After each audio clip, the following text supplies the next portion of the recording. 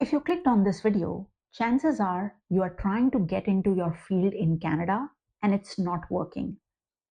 You are applying like crazy, hearing nothing back, and wondering if all your past experience even matters here.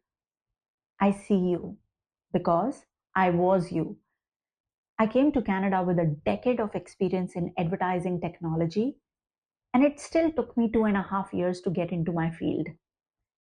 In those years, I worked in all sorts of different industries like QSR, nonprofit, logistics, etc., to just stay afloat and keep going. And eventually, I figured it out. I cracked the code, and today I want to share exactly what moved things for me from being overlooked to finally get something that changed everything for me. So let's go. So here is a little about my background. I came with a decade of experience in advertising technology. I used to sell advertising space and manage advertising campaigns in India. I did work with some of the best and biggest brands globally. And naturally, I thought that when I moved to Canada, it would just be a matter of time that I would find a job. But it didn't work. It didn't work out. So for the first 3 months, I did what most people do.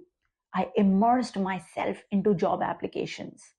I was looking at job boards, customizing resume, writing cover letters, and sending out dozens and dozens of applications and waiting. Nothing moved. So then I decided to take up a job because I wanted to earn something to help me pay my bills and keep myself mentally afloat. So I took up a job at Tim Hortons. And then I told myself that I would keep my job search on the side. I widened my scope a little bit and started applying for roles like BDR, project coordinator, customer service representative, anything that was remotely transferable.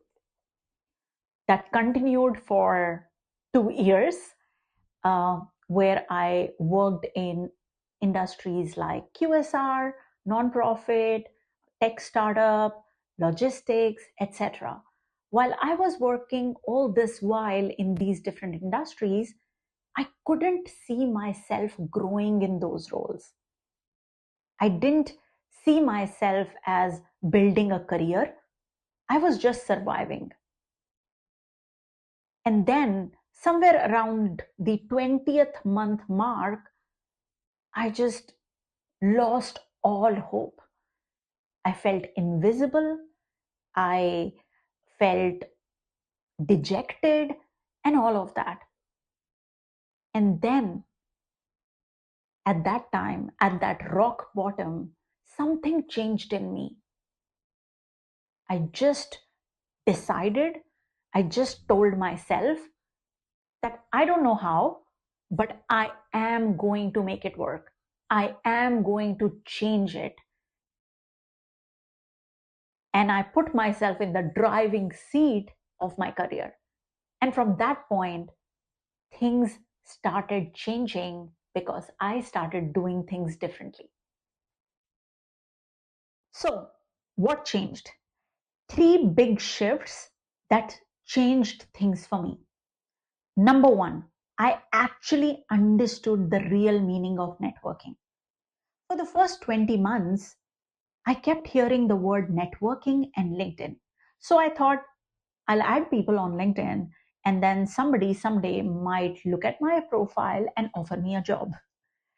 Or I took networking more as a transaction where I would reach out to people and say, oh, here is my resume. Can you help me or can you refer me? But networking is not that. Networking is not passing your resume and asking for help.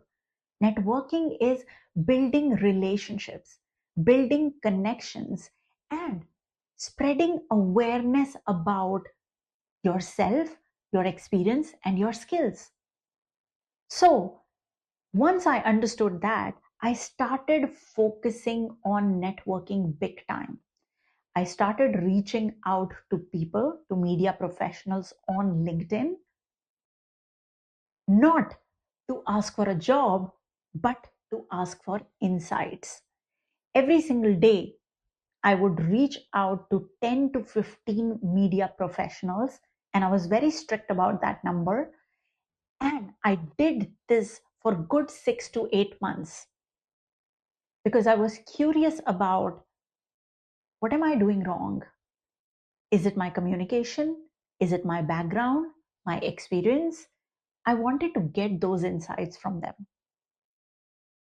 And when I started doing these reach outs, it started building a momentum.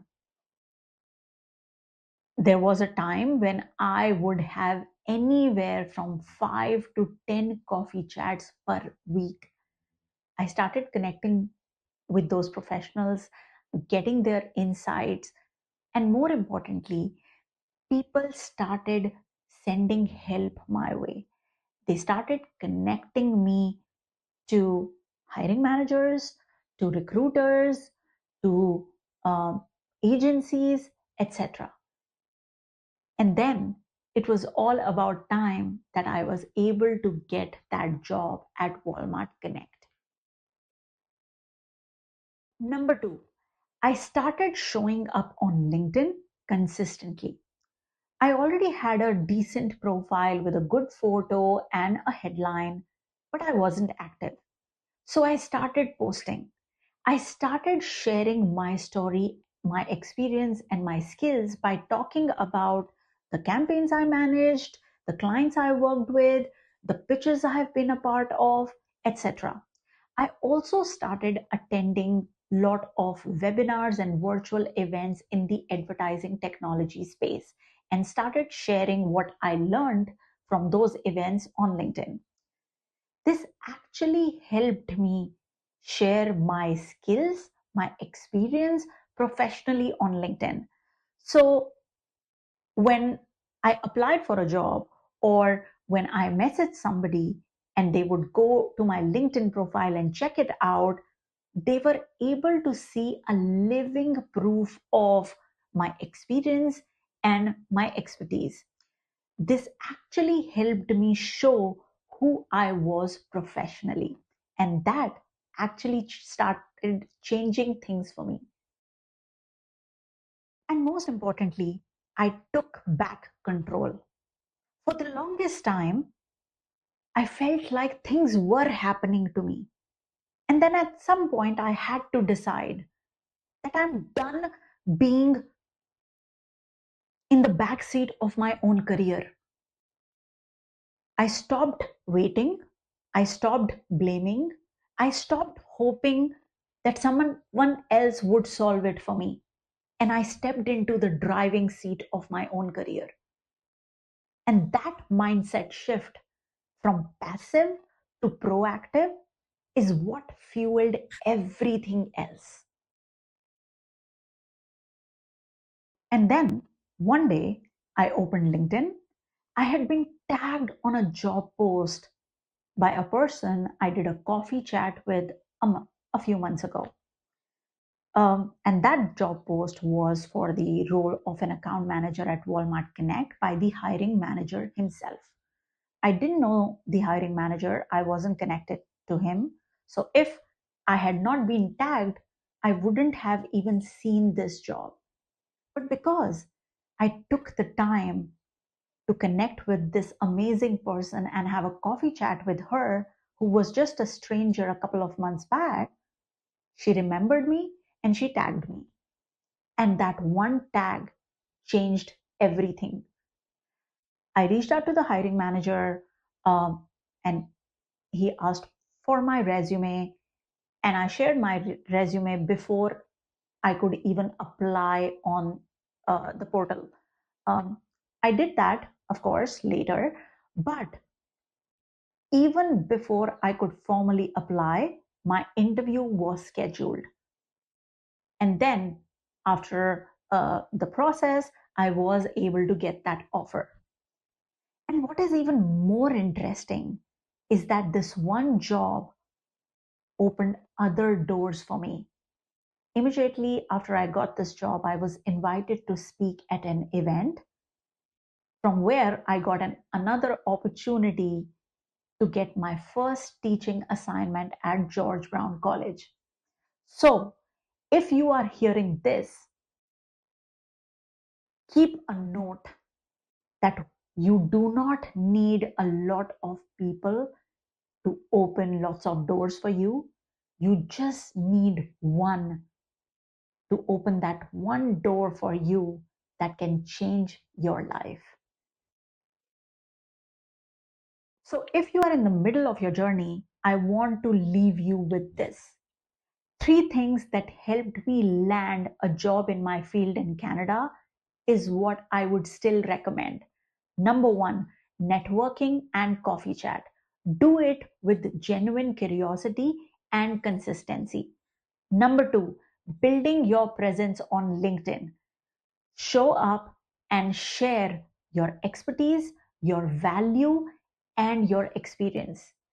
And number three, your mindset. The mindset that says, I am not giving up, I will make this happen. That's what kept me going. If this video gave you hope or helped you in any way, give it a like, share it with somebody who might be stuck in their job search in Canada. And if you are navigating your own job search to get into your field, feel free to share your story. I would love to know. Thanks for watching, and I'll see you in the next one.